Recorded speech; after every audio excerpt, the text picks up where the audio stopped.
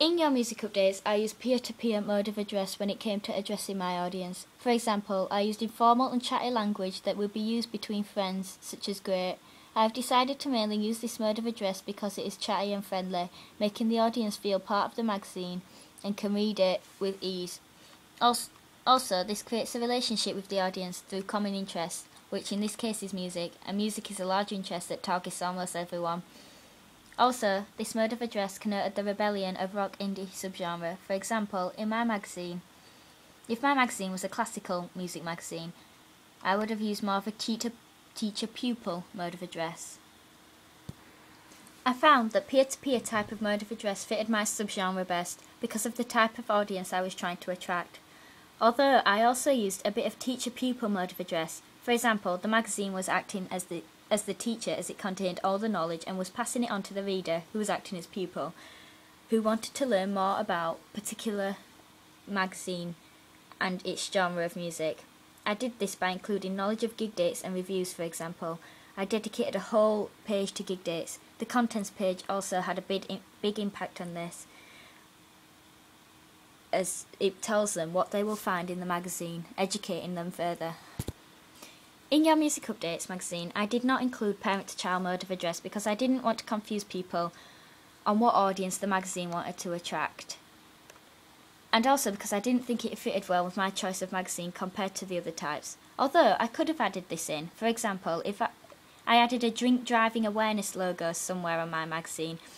As I said, in my audience entity, Ian Eng, 1991, was interested in alcohol, especially when it came to festivals, etc., but chose not to use this after considering it is the first issue of your Music Updates, and I didn't want to put the reader off buying by giving orders such as "don't drink."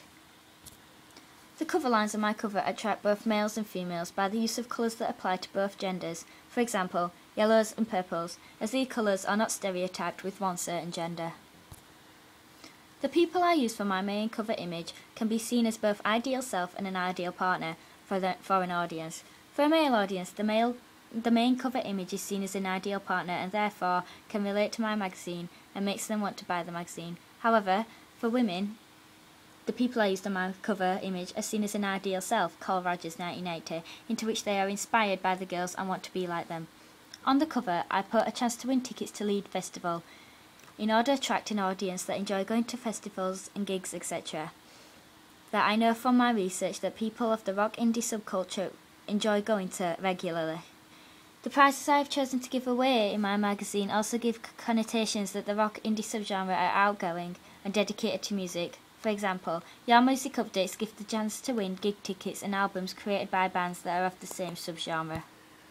As males are more likely to be interested in this type of magazine, going on the figures from magazines such as Q and Kerrang, I have decided it was most important to use conventions that was eye-catching to males rather than females, but also interest some women.